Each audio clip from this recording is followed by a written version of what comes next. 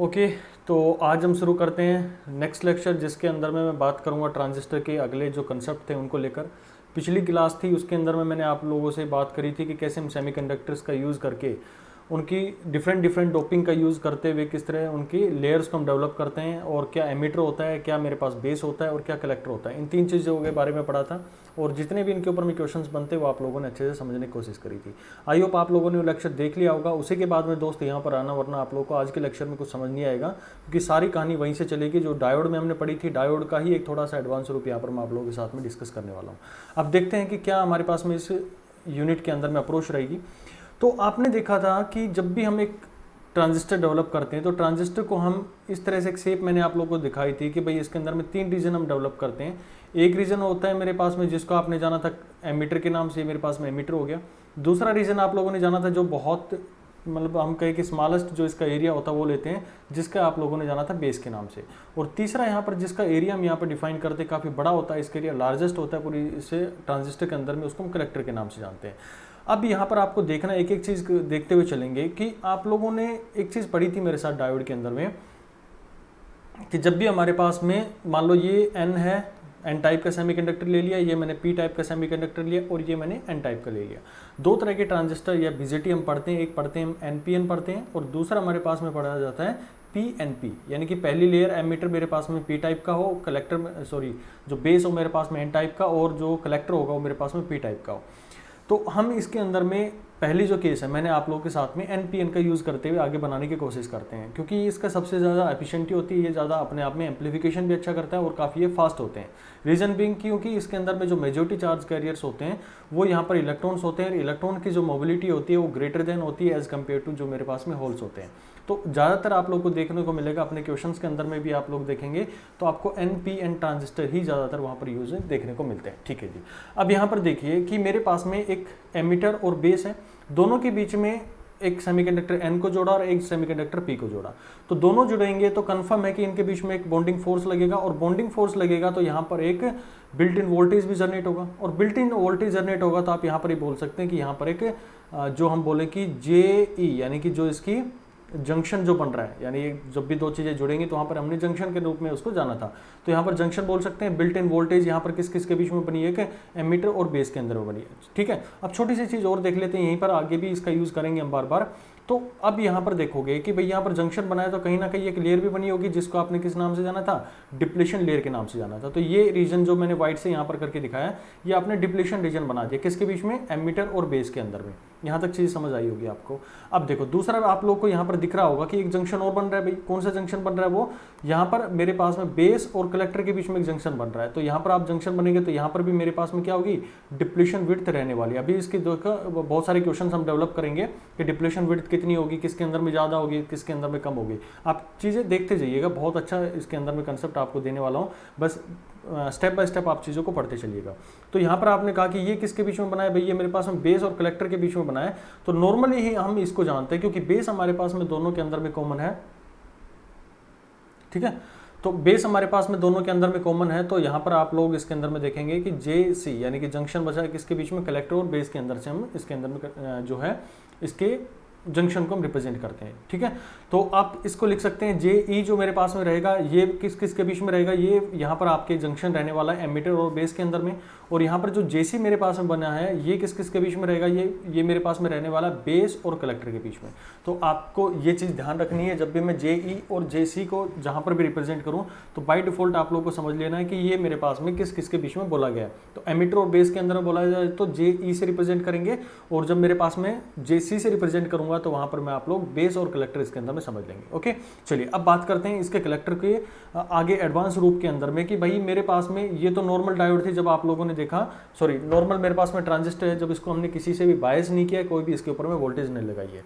अब मैं इसके ऊपर में वोल्टेज लगाने की कोशिश करता हूं। अब यहाँ पर आप लोग को दिख रहा होगा कि जो मेरे पास में दो जंक्शन बने हैं, तो दो जंक्शन बनने के बाद में कितनी पॉसिबिलिटी हो सकती है। मान लो एक जंक्शन मेरे पास में JE मेरे पास में, और दूसरा जंक्शन मेरे पास में JC है। तो इतनी कितनी पॉसिबिलिटी हो सकती है। आपने डिजिटल के अंदर में पढ़ा था कि अगर हमारे पास में 2 बिट है तो 2 बिट से कितनी पॉसिबिलिटी बनती थी, उसकी पावर लगा देते हो तो 4 पॉसिबिलिटी यहाँ पर बनती थी। अब यहाँ पर हम देखेंगे कि क्या क्या इसके अंदर में हम अप्रोच रख सकते हैं। तो पहला केस मेरे पास में ये होता है कि अगर मान लो मेरे पास एक जंक्शन ये है JE और मेरे पास में JC, इन दोनों को ही रिवर्स बायस कर दे, तो इसको भी और इसको भी दोनों का हम रिवर्स बायस कर दें। दूसरा केस जो मेरे पास में बन सकता है कि भाई दोनों का हम फॉरवर्ड बायस कर दें। फॉरवर्ड बायस का मतलब है कि भाई देखो इसके अंदर में n बन रहा है और p बन रहा है, तो n को मैं n से नेगेटिव से टर्मिनल से कनेक्ट कर दूं और p जो है उसका पॉजिटिव से कनेक्ट कर दूं, तो वो मेरे पास में यहाँ पर दोनों रिवर्स फॉरवर्ड बायस हो जाएंगे। तो मेरे को कोशिश ये करनी है कि दूसरी सिचुएशन जब बनेगी तो उसके अंदर में दोनों ही टर्मिनल यानी कि दोनों ही जंक्शन को मैं फॉरवर्ड बायस कर दूं। डायोड के अंदर में आपने देखा था कि फॉरवर्ड बायस करने से क्या इफेक्ट होता है, रिवर्स बायस करने से क्या इफेक्ट होता है। चलिए नेक्स्ट मेरे पास में है कि अगर मैं इसके जो जंक्शन है इसको मैं एक केस के अंदर में फॉरवर्ड बायस कर दूं, यानी कि JE जो मेरे पास में इसको मैं फॉरवर्ड बायस कर दूं और JC है इसको मैं रिवर्स बायस कर दूं। इन सभी केसेस को हम देखते हुए चलेंगे और फिर इसका कंक्लूजन निकालेंगे जिसके ऊपर में आपके गेट के या किसी भी PSU के अंदर में श्योर शॉर्ट यहाँ से क्वेश्चन पूछे जाते हैं आपको। तो ये कंसेप्ट आपको अच्छे से समझना है यहाँ पर। और लास्ट जो मेरे पास में बनेगा वो ये हो सकता है कि भाई मैं एमीटर को रिवर्स बायस कर दूं और यहाँ पर जो कलेक्टर वाला है उसको मैं फॉरवर्ड बायस कर दूं। तो 4 केसेस के ऊपर में हम बात करेंगे और इन्हीं के ऊपर में आगे जो चीज़ें चलेंगी आपको अच्छे से समझते हुए चलना। चलिए मैं बात करता हूँ, पहला केस ले लेता हूँ भाई। तो पहला केस लेने से पहले मैं आपको एक बेसिक स्ट्रक्चर बता देता हूँ कि जो भी हमारे पास आगे से हम यूज करेंगे ट्रांजिस्टर का ये जो फॉर्मेशन होता है इसको मैं आप इक्विवेलेंट सर्किट के रूप में रिप्रेजेंट करने की कोशिश करवाता हूँ आप लोगों से कि ये मेरे पास में N है, P है, N है, यानी कि ये मेरे पास में एमीटर है, ये मेरे पास बेस है और ये मेरे पास में कलेक्टर है। तो 2 तरह के इसके अंदर में आप लोग को यूज करने होते हैं। और दूसरा मैं बना रहा हूँ PNP का, ये मेरे पास में PNP और ये मेरे पास में एमीटर, बेस और यहाँ पर कलेक्टर हो गया भाई। 2 तरह के आप लोगों को पढ़नी है, इसके अलावा और भी कोई आप लोगों को देखने की जरूरत नहीं है, सिर्फ 2 स्ट्रक्चर आप लोगों को ध्यान में रखने हैं। तो ध्यान से समझना है इसको दोस्त कि जो भी मेरे पास में होगा इसको सबसे पहले हम रिप्रेजेंट करते हैं, एक जो लंबी सी हम लाइन खींच देंगे बिल्कुल स्ट्रेट, ओके, वर्टिकल लाइन खींच देंगे। फिर एक यहाँ पर हम एरोहेड यहाँ दिखा देंगे और एक एरोहेड यहाँ पर दिखा देंगे और तीसरा जो पोर्शन होगा उसको मैं यहाँ पर बीच में कनेक्ट कर देता हूँ। अब एक एक चीज़ को समझना आप लोग यहाँ पर कि जो भी यहाँ पर मैंने दिखाया ये वाला जो एरिया है इसको यानी कि जो वर्टिकल लाइन थी इसको हम हमेशा जानेंगे बेस के नाम से। दूसरा ये मेरे पास में है इसको हम जानेंगे कलेक्टर के नाम से। और यहाँ पर मेरे पास में तीसरा जो पोर्शन आएगा इसको हम जानेंगे एमीटर के नाम से। बेसिक जो है अभी मैं इसके आगे रेजिस्टेंस लगा रहा हूँ या कुछ लगा रहा हूँ वहाँ का स्ट्रक्चर नहीं है ये सिर्फ जो मेरे पास में एक सेमीकंडक्टर आप लोग को दिया गया ना इसका ही इक्विवेलेंट सर्किट रिप्रेजेंट कर रहा हूँ मैं, केवल बाहर के रेजिस्टेंस से मतलब नहीं है, क्योंकि ये एक बड़ा ही कंफ्यूजन क्रिएट करेंगे जब हम एनालॉग एनालिसिस पढ़ेंगे। तो वहाँ पर मेरे को जब इक्विवेलेंट रिप्रेजेंट करना होगा तो जहाँ पर भी ट्रांजिस्टर है ना सिर्फ और सिर्फ उसको इस तरह से हम रिप्रेजेंट कर सकते हैं। अभी बात करूँगा कुछ एक के दिमाग में ये भी आ रहा होगा जी कलेक्टर आपने ये लिख दिया, इसको एमीटर नहीं लिख सकते थे क्या, इसको कलेक्टर नहीं लिख सकते? बिल्कुल लिख सकते हो भाई, दोनों के अंदर में कोई डिफरेंस थोड़ी ना है, ये भी N है ये भी N है, लेकिन उसको हम कैसे स्पेसिफाई करेंगे कि ये एमीटर है और ये मेरे पास में कलेक्टर है। क्योंकि हमने देखा था कि हमें कलेक्टर का जो सरफेस है वो काफ़ी बड़ा रखना पड़ता है ताकि हीट डिसिपेशन वहाँ पर कम हो जाए। ठीक है, देखिए भाई थोड़ा सा अभी क्या चल रहा है कि आपको भी पता है कि किस तरह की क्रिटिकल सिचुएशन इस टाइम पे हमारे जो कंट्री है उसके अंदर में चल रही है, तो उसी की देन है। थोड़ा सा आज तबीयत भी इसी तरह से डाउन हो रही है, लेकिन आप लोगों का सिलेबस जो है वो टाइमली कंप्लीट करवाना है, इसके लिए यहाँ पर आप लोगों के साथ में जुड़ा हूँ। जितना हो पाएगा उतना आप लोगों को करवाने की कोशिश करूँगा। आज मैं कम हो पाता है तो थोड़ा सा पेशेंस रखिएगा, नेक्स्ट लेक्चर में कोशिश करेंगे ज़्यादा से ज़्यादा आपको इसके अंदर में पढ़ाया जाए। कोई नहीं, चलिए देखते हैं, ये सारी चीज़ें हम कवर करते हुए चलेंगे। ओके, तो यहाँ पर आप लोगों ने देखा कि मेरे पास में बेस है, जो वर्टिकल लाइन आप लोगों ने दी वो बेस है मेरे पास में, कलेक्टर है जो मेरे पास में जो एन टाइप का रहेगा और एमीटर जो है मेरे पास में एन टाइप का रहेगा। यानी कि आप कलेक्टर और एमीटर को रिप्लेस कर सकते हैं, लेकिन हमें बेसिक जो कंडीशन है, जब मैं आपको पिछले लेक्चर के अंदर में पढ़ा रहा था, तो कलेक्टर हमें इस तरह से चूज करना पड़ता है कि उसका एरिया हमारे पास में क्या हो, लार्जेस्ट होना चाहिए, और एमीटर को हमें इस तरह से यूज करना पड़ता है ताकि उसके अंदर में डोपिंग सबसे ज़्यादा हो, हाईली डोप्ड होना चाहिए, क्योंकि इंजेक्ट करने के लिए तो वही रिस्पॉन्सिबल है मेरे पास में। ठीक है, तो ये चीज़ समझ आई होगी कि जब भी आपको एनालॉग इलेक्ट्रॉनिक्स जब पढ़ेंगे तो वहाँ पर जहाँ पर भी आप लोगों को एक ट्रांजिस्टर रिप्रेजेंट कर दिया जाता है तो आप उसको इक्विवेलेंट सर्किट से यहाँ पर ऐसे रिप्रेजेंट कर सकते हैं।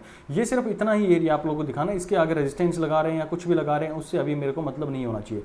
और इस पूरे को हम एक सर्किल के अंदर में ऐसे रिप्रेजेंट करते हैं, ना भी करो तो भी कोई इशू नहीं है, लेकिन आप लोग इसको एक सर्किल के अंदर में रिप्रेजेंट कर सकते हैं। उसी तरह से जो मेरे पास में दूसरा स्ट्रक्चर बनने वाला है, इसका भी मैं इक्विवेलेंट सर्किट बना देता हूँ। तो इक्विवेलेंट सर्किट कुछ इस तरह का बनेगा, मेरे पास बेस रहेगा, ये मेरे पास कलेक्टर और ये मेरे पास में एमीटर। अभी मैंने नहीं कहा कि कौन सा कलेक्टर या एमीटर मैं इसके चूज कर सकता हूँ, उसको स्पेसिफाई करने के लिए हम इसके लिए एक छोटा सा नोटिफिकेशन यूज़ करेंगे, एक छोटी सी एरो हेड इसके अंदर में यूज़ करेंगे। ये आप लोगों को समझ आया कि मैं इसको एक सर्किल के अंदर में बंद कर दूंगा, यहाँ तक हो गया भाई। अब देखो ध्यान से सुनना इस पॉइंट को कि मेरे पास में जो भी करंट यहाँ पर हमें रिप्रेजेंट करना पड़ता है वो हमें IE यानी कि कलेक्टर एमिटर जो करंट होता है उसको हम ज़्यादातर इसके अंदर में प्रेफरेंस देते हैं। जब भी आप इसके स्ट्रक्चर में बात करो तो IE जो करंट होता है उसी से हम इसको स्पेसिफाई करते हैं। तो IE मेरे पास में अगर यहाँ पर जो PN यानी कि मुझे एक एरो हेड लगाना है उसको स्पेसिफाई करने के लिए, तो आप ये बोल सकते हो नॉट पॉइंटिंग इन। एक छोटा सा शॉर्टकट है, याद रखना चाहो तो, कि एक एरो हेड मुझे एमिटर के ऊपर में ऐसी लगानी है जो कि उसके ट्रांजिस्टर के अंदर में नहीं जा रही हो। यानी कि मैं यहाँ पर इसको एरो हेड को, जो एमिटर जिसको रिप्रेजेंट करूंगा वो बाहर की डायरेक्शन में उसके ऊपर मैं एरो लगा दूंगा। तो यहाँ पर आप बोल सकते हैं कि ये मेरे पास में ट्रांजिस्टर वो किस तरह का है, NPN टाइप का, यानी कि नॉट पॉइंटिंग इन। जो एरो मेरे पास में होगा वो अंदर की तरफ में नहीं है, वो बाहर की साइड में जा रहा है, तो आपके पास में NPN ट्रांजिस्टर हो जाएगा। अब देखो दूसरे वाले ट्रांजिस्टर की बात कर लेते हैं। तो दूसरे वाले ट्रांजिस्टर में आप क्या बोल सकते हो, यहाँ पर आप लोग ये बोल सकते हो कि मेरे पास में पॉइंटिंग इन P से पॉइंटिंग और I से N से मेरे पास में इन, यानी कि पॉइंटिंग इन जो एरो यहाँ पर लगाओगे आप, ये मेरे पास में इंटरनल साइड में हो गया। क्योंकि आपके एग्जाम के अंदर में जब भी क्वेश्चन बनेगा तो आप लोग को ये स्पेसिफाई नहीं करेगा कि NPN है या PNP है, आपको एरो हेड देख के उसको समझना पड़ेगा कि PNP है या मेरे पास में NPN है। जब भी एरो हेड इंटरनल साइड में जाएगा तो आपको ध्यान रखना कि पॉइंटिंग इन है, यानी कि मेरे पास में जो ट्रांजिस्टर रहेगा वो PNP टाइप करेगा। अब ये क्यों हम यूज़ कर रहे हैं, क्योंकि मेजॉरिटी कैरियर आप लोगों ने देखा था कि अगर मेरे पास में NPN है तो मेजॉरिटी चार्ज कैरियर यहाँ पर इलेक्ट्रॉन रहेंगे, और जब PNP टाइप है तो यहाँ पर मेरे पास मेजॉरिटी चार्ज कैरियर हैं वो क्या रहेंगे, होल रहेंगे। बस इतनी सी कहानी थी। और ज़्यादा हम प्रीफर किसको करते हैं, हम प्रीफर करते हैं NPN को। रीज़न बीइंग क्योंकि मेरे पास जो मोबिलिटी होती है इलेक्ट्रॉन्स की वो ग्रेटर देन होती है एज़ कम्पेयर टू जो मेरे पास में होल्स होते हैं। इसके कंपैरिजन आप लोग इनको देखते हैं कि मोबिलिटी ज़्यादा होती है तो हम उन्हीं चीज़ को ज़्यादा यूज़ करते हैं जो हमारे लिए बेनिफिशियल हो, यानी कि जो फास्ट हमारे पास स्विचिंग करती हो, फास्ट ऑपरेशन को कैरी आउट कर सके। तो आप लोग देखेंगे कि NPN ही हमारे पास सबसे ज़्यादा प्रीफर किया जाता है। ठीक है, ये कहानी थी आपको कैसे एक ट्रांजिस्टर को रिप्रेजेंट करना है, एक इक्विवेलेंट सर्किट के रूप में आप उसको, ये कहें कि एक सिंबल है, ये उसका सिंबल की तरह रिप्रेजेंट कर सकते हैं। क्योंकि इक्विवेलेंट सर्किट तो अभी आएगा जिसके अंदर में 2 डायोड्स का यूज़ करेंगे, अभी ये आप एक ट्रांजिस्टर का सिंबल मान सकते हैं, क्योंकि आपके क्वेश्चंस के अंदर में इनकी बार बार जरूरत पड़ेगी। आपको पहचानना पड़ेगा कि कौन सा मेरे पास में NPN है और कौन सा मेरे पास PNP है। चलिए अब केसेस को लेकर चलता हूँ मैं। पहला केस आप लोगों के सामने लेके आ रहा हूँ मैं, केस नंबर 1। केस नंबर 1 क्या था भाई, जब मेरे पास जो JE और दूसरा JC ये दोनों टर्मिनल हैं, ये सॉरी दोनों जंक्शन हैं, इनको मैं रिवर्स बायस कर देता हूँ, यानी कि JE और JC दोनों को रिवर्स बायस कर दिया गया। पहली सिचुएशन RB रिवर्स बायस, और ये भी मेरे पास में रिवर्स बायस कर दिया भाई। अब देखो मैं ज़्यादातर इन्हीं के अंदर में कौन सा यूज़ करूँगा, NPN ट्रांजिस्टर का ही यूज़ करके इनके शेप्स को बनाऊंगा मैं। तो आप यहाँ पर देखेंगे कि जो मेरे पास में ट्रांजिस्टर बनने वाला है दैट विल दिस टाइप, और ये मेरे पास में पॉइंटिंग आउट हो गया यानी कि नॉट पॉइंटिंग इन, और ये मेरे पास शेप हो गया। मैं कह रहा हूँ बार बार मैं इसको जो सर्किल है लगाओ या ना लगाओ उससे मतलब नहीं है, लेकिन आप लोग को एरो हेड के ऊपर में ज़्यादा ध्यान रखना है। तो इसका जो इक्विवेलेंट सर्किट हम यहाँ पर बनाएंगे, तो यहाँ से ध्यान से समझना, जो छोटे छोटे पॉइंट्स यहाँ पर आप लोग के सामने बन के आएंगे कि हम जब दोनों जंक्शंस को रिवर्स बायस कर देते हैं ना भाई, तो मेरा जो ट्रांजिस्टर होता है ना, आप लोगों से जो क्वेश्चन पूछा जाता है किस रीजन में चला जाता है, तो जब दोनों को हम रिवर्स बायस करते हैं तो जो हमारा ट्रांजिस्टर वो चला जाता है कट ऑफ रीजन के अंदर में। कौन सा रीजन होता है भाई, ये कट ऑफ रीजन होता है, यानी इसके अंदर में हमारा ट्रांजिस्टर कोई भी काम नहीं करेगा। आप ये मान सकते हो कि एक स्विच है उसको आपने ऑफ कंडीशन के अंदर में रख दिया है तो ऑफ स्विच की तरह ये काम करता है। तो आप इसका एक इक्विवेलेंट ये भी बना सकते हो कि मेरे पास में ये एक स्विच की तरह काम करेगा जो कि किस कंडीशन में, ऑफ कंडीशन के अंदर में है। तो ये पॉइंट आपको ध्यान रखना है कि जब मेरे पास में दोनों जंक्शंस को, बहुत बार ये क्वेश्चन पूछे जाते हैं दोस्त, कि जब भी आपके पास में जो जंक्शन है, जो एमीटर वाला है और कलेक्टर वाला जंक्शन है, दोनों का आपने रिवर्स बायस कर दिया तो ट्रांजिस्टर का क्या होगा, तो वहाँ पर ट्रांजिस्टर मेरा किस रीजन में चला जाता है, वहाँ पर ट्रांजिस्टर हमारा कट ऑफ रीजन के अंदर में चला जाता है। ओके चलिए यहाँ पर हम देखते हैं इसको। अब नेक्स्ट केस के चलो नेक्स्ट केस यहाँ पर हम देख लेते हैं। तो इसके अंदर में मेरे पास में दूसरा केस क्या बनेगा, केस नंबर 2 यहाँ पर कर देते हैं। तो JE और दूसरा JC यानी कि दोनों मेरे पास में जंक्शन है। तो पहले जंक्शन को मैं क्या कर रहा हूँ, दोनों को मैं यहाँ पर दूसरे केस के अंदर में फॉरवर्ड बायस कर दिया जाता है। ये भी फॉरवर्ड बायस हो गया और ये भी मेरे पास में फॉरवर्ड बायस हो गया। अब देखना कि ये अभी चीज़ें याद रखो, बाद में जब हम डिजिटल सर्किट पढ़ेंगे या फिर एनालॉग पढ़ेंगे, जब हम इनका AC एनालिसिस DC एनालिसिस करेंगे, वहाँ पे और बेहतरीन तरीके से आपको चीज़ें समझ में आएंगी। अभी सिर्फ इनको थोड़ा थोड़ा याद करते चलो कि कौन से रीजन के अंदर में किस तरह से काम करेगा। रिवर्स बायस यानी कि मेरा कट ऑफ रीजन के अंदर में चला गया, आप बोल सकते हैं कि एज ए स्विच यहाँ पर काम करेगा। ओके। और दूसरा मेरे पास में जो रीजन है वो फॉरवर्ड बायस मैंने कर दिया, तो यहाँ पर जो मेरा ट्रांजिस्टर है वो किस रीजन में जाएगा, तो आपको ध्यान रखना है कि ये चला जाता है मेरे पास में सैचुरेशन रीजन के अंदर में चला जाता है। किस रीजन में जाएगा भाई, ये अभी देखेंगे कि कौन से रिवर्स सैचुरेशन में या रिवर्स जो सैचुरेशन फॉरवर्ड सैचुरेशन, दो कंडीशन इसके अंदर में बनती है, कौन सी कंडीशन में कब ये रिवर्स होगा इसके अंदर। ओके, चलिए यहाँ पर आप लोगों ने देखा कि ये किस तरह का एनपीएन टाइप का है। तो सैचुरेशन जब हो जाता है तो आप लोग ये बोल सकते हैं कि ये मेरे पास में जो सर्किट है, यानी कि जो ट्रांजिस्टर है उसको मैं एज ए स्विच जो कि शॉर्ट सर्किट हो चुका है उसकी तरह हम इसको यूज़ कर सकते हैं। यानी कि यहाँ पर आप बोल सकते हो कि मेरे पास में जो सर्किट है वो उसका शॉर्ट सर्किट हो गया, जो ट्रांजिस्टर वो शॉर्ट सर्किट यहाँ पर हो गया। चलिए अब देखते हैं कि जब यहाँ पर ये सिचुएशन क्रिएट हो गई है, तो जब सिचुएशन यहाँ पर क्रिएट होगी तो एक बहुत इंपॉर्टेंट पॉइंट याद रखना, मतलब मैं कहूँ कि आपकी एनालॉग इलेक्ट्रॉनिक्स के लिए थंब रूल रहेगा, बार बार इस कंसेप्ट को वहाँ पर यूज़ करना पड़ेगा कि जब भी हमारे पास में कोई भी ट्रांजिस्टर सैचुरेशन रीजन के अंदर में चला जाता है तो यहाँ पर ये कलेक्टर था और यहाँ पर मेरे पास में एमिटर है, ठीक है, ये मेरे पास में बेस है। तो ये जो वोल्टेज है ना भाई, ये VCE यानी कि कलेक्टर और मेरे पास में एमिटर, क्योंकि रीजन तो मेरे पास में 3 बन रहे हैं ना, यहाँ पर मेरे पास में रीजन बना है, ये एमिटर है, ये मेरे पास में बेस है और ये कलेक्टर है। एक वोल्टेज बनेगी जो एमिटर और बेस के बीच में, एक वोल्टेज बनेगी बेस और कलेक्टर के बीच में, और एक वोल्टेज डेवलप होगी जो कलेक्टर और मेरे पास में एमिटर के बीच में यहाँ पर डेवलप हो जाएगी। तो ये पूरे एक्सपेरिमेंटली ये वैल्यू फाइंड आउट करी गई है कि ये जो VC वैल्यू हो जाएगी ना, ये आपको याद रखनी है, that will be equal to, अगर सिलिकॉन का मेरे पास में ट्रांजिस्टर है 0.2 वोल्ट। ये बहुत इंपॉर्टेंट वैल्यू है, बार बार आपका यूज़ करेंगे इसको। तो यहाँ पर आप इसको लिखेंगे VCE, और यहाँ पर इसके ब्रैकेट में जब तक ये सैचुरेशन नहीं गिवन हो तब तक आपको ये नहीं मानना है कि मेरा जो डिवाइस है वो सैचुरेशन लेवल पर चला गया। अगर यहाँ पर नहीं दिख रहा तो मैं दोबारा से लिख रहा हूँ VCE सेट यानी कि saturation that will be equal to 0.2 volt. Okay, तो आपको क्वेश्चन के अंदर में या तो ये गिवन होगा कि सैचुरेशन में चला गया, या फिर आपको जो वोल्टेज होगी वो इस तरह से गिवन होगी। क्योंकि हम इसके थ्रू जब न्यूमेरिकल सोल्व करेंगे तब तो आपको समझ में आएगी इसकी वैल्यू मेरे पास में, जब KVL इसके अंदर में लगाया जाता है तो क्वेश्चन में ये नहीं देगा कि VC की वैल्यू कितनी है, वो सिर्फ ये बोल देगा कि मेरा जो डिवाइस है वो सैचुरेशन लेवल पर आ गया है। तो सैचुरेशन लेवल पर आ गया है तो जब हम इसके बाइसिंग वगैरह के बारे में पढ़ेंगे, जब डिफरेंट टाइप ऑफ बाइसिंग होगी, तो आप इसके अंदर में KVL इस तरह से लगाएंगे, ऊपर से लेकर नीचे तक जाएगा कलेक्टर से एमिटर के बीच में। तो बीच में जो वोल्टेज आएगी ना, जैसे सर्किट में बना के दिखा देता हूँ, आपके क्वेश्चन जो मिलेंगे कुछ इस तरह के मिलेंगे वहाँ पर आप लोगों को क्वेश्चन के अंदर में। तो ये मेरे को यूज़ करना पड़ेगा। यहाँ पर एमिटर में मान लो वोल्टेज लगा रखा है या नहीं लगा रखा उससे मतलब नहीं, तो यहाँ पर करंट एक IC फ्लो कर रहा होगा, फिर आपको यहाँ से यहाँ तक का KVL लगाना होता है। तो KVL जब लगाएंगे तो यहाँ पर आप यूज़ कर सकते हैं, मान लो ये मेरे पास में RC वोल्टेज है, तो यहाँ पर IC RC पिछली क्लास में मैं बता चुका हूँ कि किस तरह से हम KVL का यूज़ करते हैं। प्लस ये वोल्टेज जो है ना, ये आपको माननी पड़ेगी क्योंकि सैचुरेशन में चला जाएगा। तो यहाँ पर आप लोग इसकी 0.2 वैल्यू लेंगे। अगर मेरे पास सर्किट किस में दे रखा है, सैचुरेशन के अंदर में दिया गया है। तो आपको ध्यान रखना है कि अगर आपका जंक्शन जो है एमिटर और कलेक्टर दोनों, एमिटर मेरे पास में फॉरवर्ड बायस और कलेक्टर भी मेरे पास में जो जंक्शन है वो भी फॉरवर्ड बायस कर दिए जाएँ, तो जो सर्किट है वो किस लेवल में चला जाता है, वो सैचुरेशन लेवल के अंदर में चला जाता है।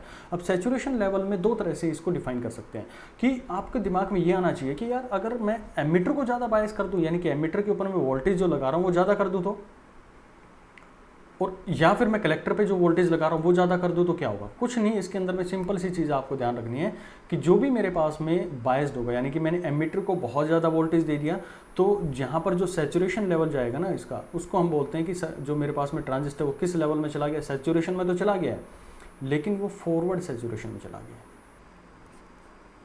ठीक है, वो फॉरवर्ड सैचुरेशन के अंदर में चला गया है। कब, जब हम जंक्शन ई पर, यानी कि जो मेरे पास में एमिटर और बेस के अंदर में जंक्शन है उसको मैं हाईली बायस्ड कर देता हूँ, ज़्यादा वोल्टेज उसके ऊपर में दे दी जाती है।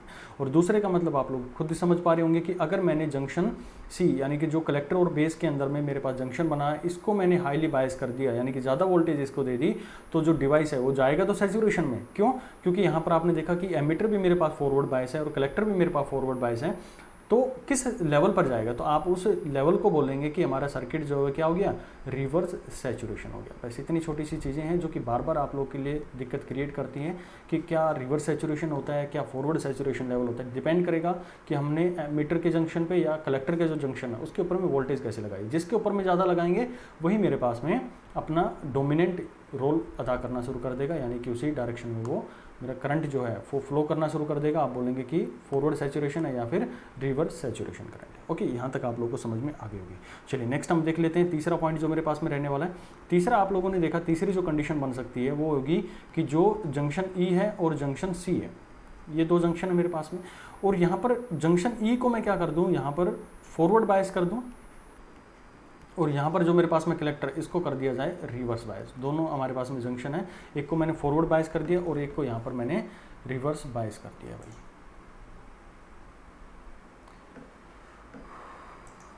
चलिए अब यहाँ पर आप देखेंगे कि जो सर्किट जब आप इसको इस तरह से बना देंगे तो हमारा जो ट्रांजिस्टर वो किस रीजन में चला जाएगा। तो आप लोग को ये चीज़ ध्यान रखनी है कि इसके अंदर में एक्टिव रीजन के अंदर में चला जाता है। एक्टिव रीजन का मतलब क्या होता है, तो एक्टिव रीजन का मतलब ये होता है कि जो सर्किट है मेरे पास में, वो सर्किट एक जो ट्रांजिस्टर हमने रिप्रेजेंट किया है, ये जो ट्रांजिस्टर हमने यूज़ किया है, ये अपने आप में क्या बन जाएगा, एक एम्पलीफायर की तरह यूज़ करना शुरू कर देंगे। यानी कि जब हमने कहा था कि मेरे पास में एम्पलीफायर का मतलब ये होता है कि अगर मैं इसके अंदर में वोल्टेज यहाँ पर 1 वोल्ट लगाऊं और बाहर मुझे 4 वोल्ट चाहिए, तो ये जो गेन देगा ना, यहाँ पर जो 4 का गेन निकल के जा रहा है, यही मेरे पास में क्या होता है, एम्पलीफिकेशन होता है, जिसको हम बोलते हैं कि मेरे पास एज ए एम्पलीफायर हमने उस डिवाइस को यूज़ कर लिया। तो ऐसा जो रीजन होता है इसको हम बोलते हैं एक्टिव रीजन के नाम से जानते हैं। तो अब आप लोगों को क्वेश्चन क्या पूछेगा एग्जाम के अंदर में कि कोई भी डिवाइस है, मतलब कोई भी ट्रांजिस्टर है, वो एज ए एम्पलीफायर कब हम उसका यूज़ करते हैं। तो एम्पलीफायर जब यूज़ करते हैं हम उसका, जब हमारे पास में एमीटर जो वो फॉरवर्ड बायस हो और जो कलेक्टर है मेरे पास में रिवर्स बायस हो। अगर ये सिचुएशन आपकी सेटिस्फाई होती है तब हम बोलेंगे कि जो डिवाइस है मेरा किस रीजन में चला गया, एक्टिव रीजन के अंदर में चला गया। और यहाँ पर जो डिवाइस है वो जो गेन दे रहा होगा उसको हम जानते हैं फॉरवर्ड गेन के नाम से। ठीक है, ये जो गेन आएगा इसके अंदर में फॉरवर्ड गेन से हम इसको रिप्रेजेंट करेंगे। ये गेन हमारे पास में 2-3 तरीके से हम इसको रिप्रेजेंट करेंगे, अल्फा बीटा गामा, हमारे पास पैरामीटर्स होंगे, उनसे हम इसको डिफाइन करेंगे।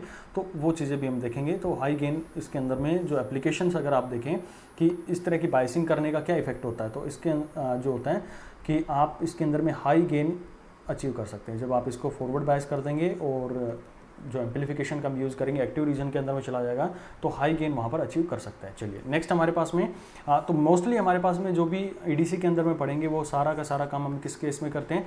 तीसरा केस होता है जिसमें जो आपका जंक्शन है, जंक्शन एमीटर वाला वो फॉरवर्ड बायस होगा और जंक्शन कलेक्टर वाला वो रिवर्स बायस होगा। उसी के बेसिस पे मैं इसका ऑपरेशन भी समझाऊंगा कि कैसे इसका ऑपरेट किया जाता है और कैसे कैसे इसके एग्जाम के अंदर में क्वेश्चंस पूछे जाते हैं, देखते हैं उसको भी लेके।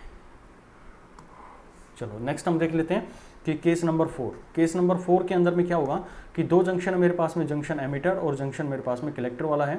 तो जो एमीटर है इसको, अब आप लोग के दिमाग में ये आना चाहिए कि यार जो ट्रांजिस्टर है मेरे पास, इस ट्रांजिस्टर को दो जंक्शन आप लोगों ने कहा कि ये मेरे पास में कलेक्टर है और ये मेरे पास में जो एमीटर है, और आपने इसका बेसिक जो स्ट्रक्चर देखा था, क्योंकि अब इतने से इस तरह की से बार बार बनाना फिजिबल नहीं है, तो हम डायरेक्टली इस तरह के जो इक्विवेलेंट सर्किट, इक्विवेलेंट जो इसका सिंबल है वो यहाँ पर हम इसका यूज़ कर सकते हैं। तो ये एन पी एन, ये तीन हो गए मेरे पास में, क्योंकि ये भी एन है और ये भी एन है, तो आप चाहो तो इसको भी तो फॉरवर्ड बायस कर सकते हो, इसको फॉरवर्ड बायस कर दो और इसको रिवर्स बायस कर दो।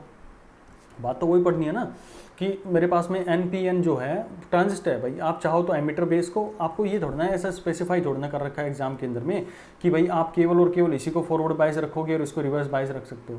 भाई आपको तो ये चाहिए कि आपको तो एक जंक्शन मिलना है, चाहे वो एन और पी के बीच में हो या फिर पी और एन के बीच में हो, किसी भी तरह से हो। तो आप लोगों को करना क्या है, चाहे आप कलेक्टर को फॉरवर्ड बायस कर दो, कलेक्टर और बेस को, चाहे जो अपने आप में क्या बन जाएगा, एमीटर की तरह बन जाएगा वहाँ पर, और चाहे तो आप इसको P और N जो आपके एमीटर और जो बेस था इनको आप रिवर्स बायस कर दो, तो वहाँ पर भी मेरा ट्रांजिस्टर काम करेगा। लेकिन उसका जो काम करने का तरीका वो क्या हो जाएगा इसके अंदर में आपको समझना है कि मैं इसके चौथे केस के अंदर में इसको फॉरवर्ड बायस कर दूँ और यहाँ पर जो कलेक्टर है इसको मैं कर दूँ मैं रिवर्स बायस।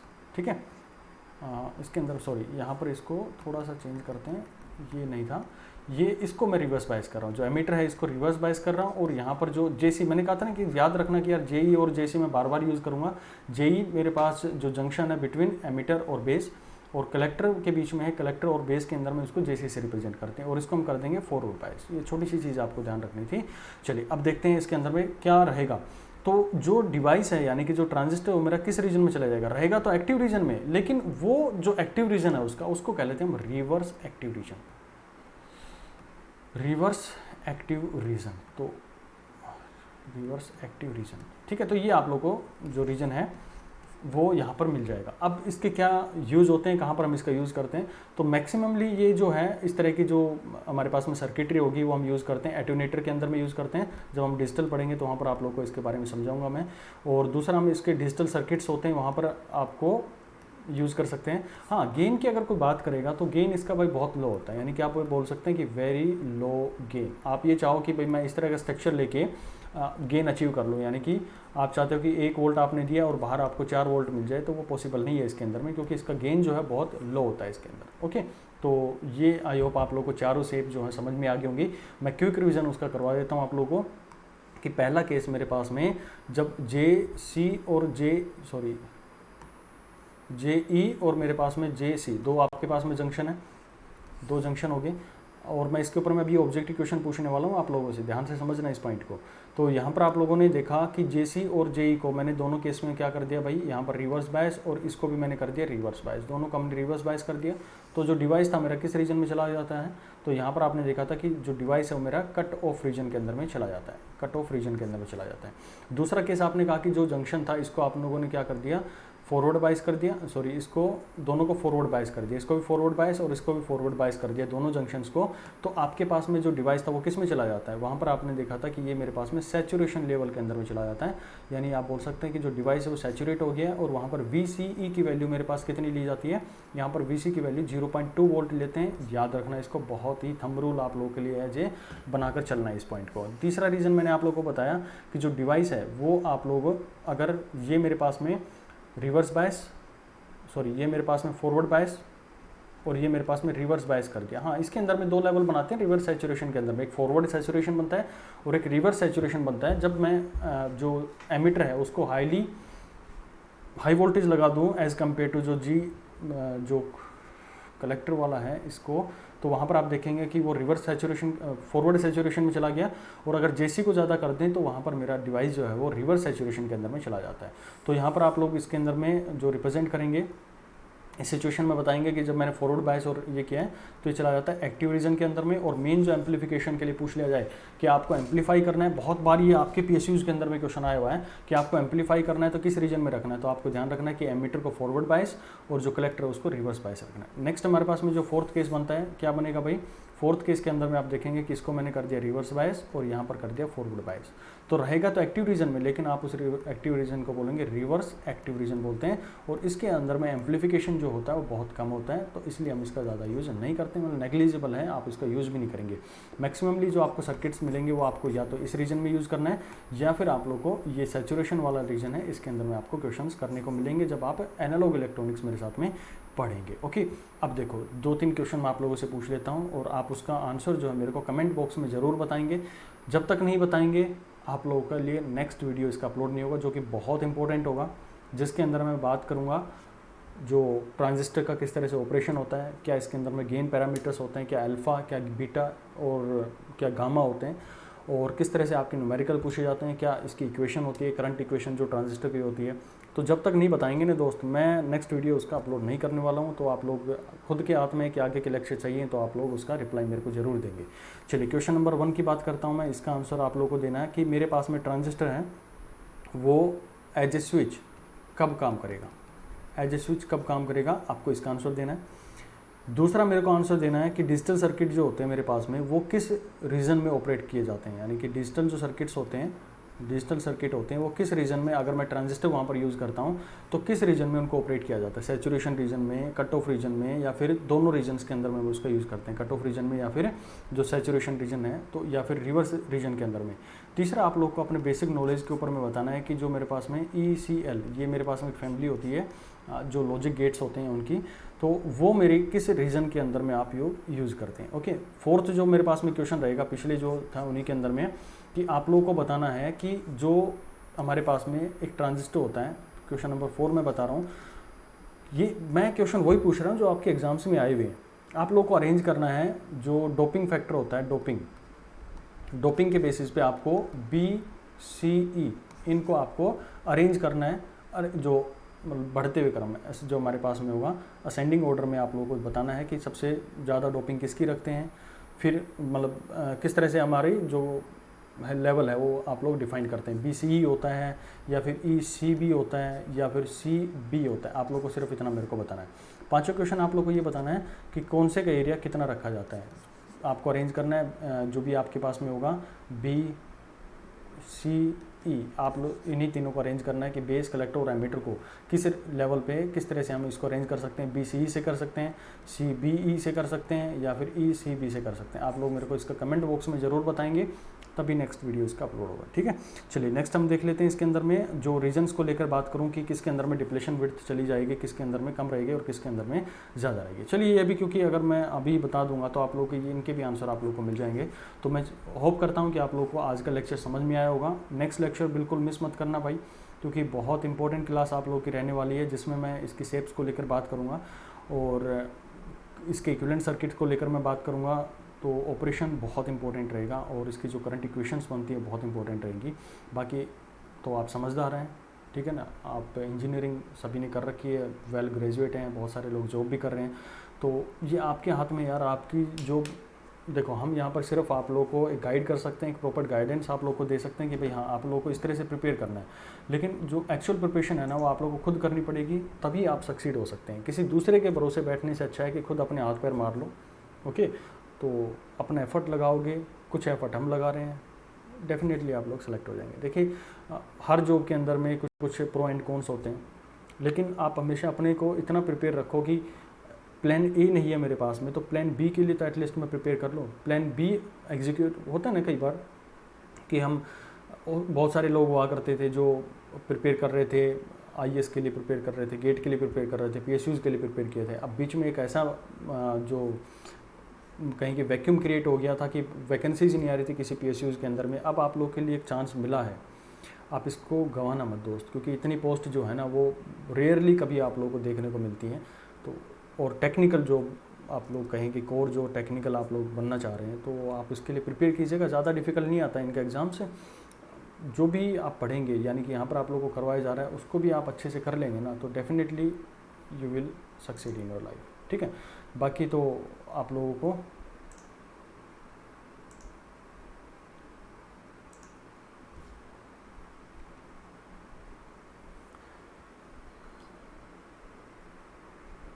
ठीक है। चलिए फिर मिलते हैं नेक्स्ट वीडियो में। जो PDF फाइल है उसका लिंक आप लोगों को डिस्क्रिप्शन बॉक्स में मिल जाएगा, टेलीग्राम चैनल का, वहाँ पे जाके आप ज्वाइन कर सकते हैं। और ठीक है, इनका आंसर मेरे को दीजिएगा, नेक्स्ट वीडियो तभी आप लोगों के लिए अपलोड होगा। Thank you.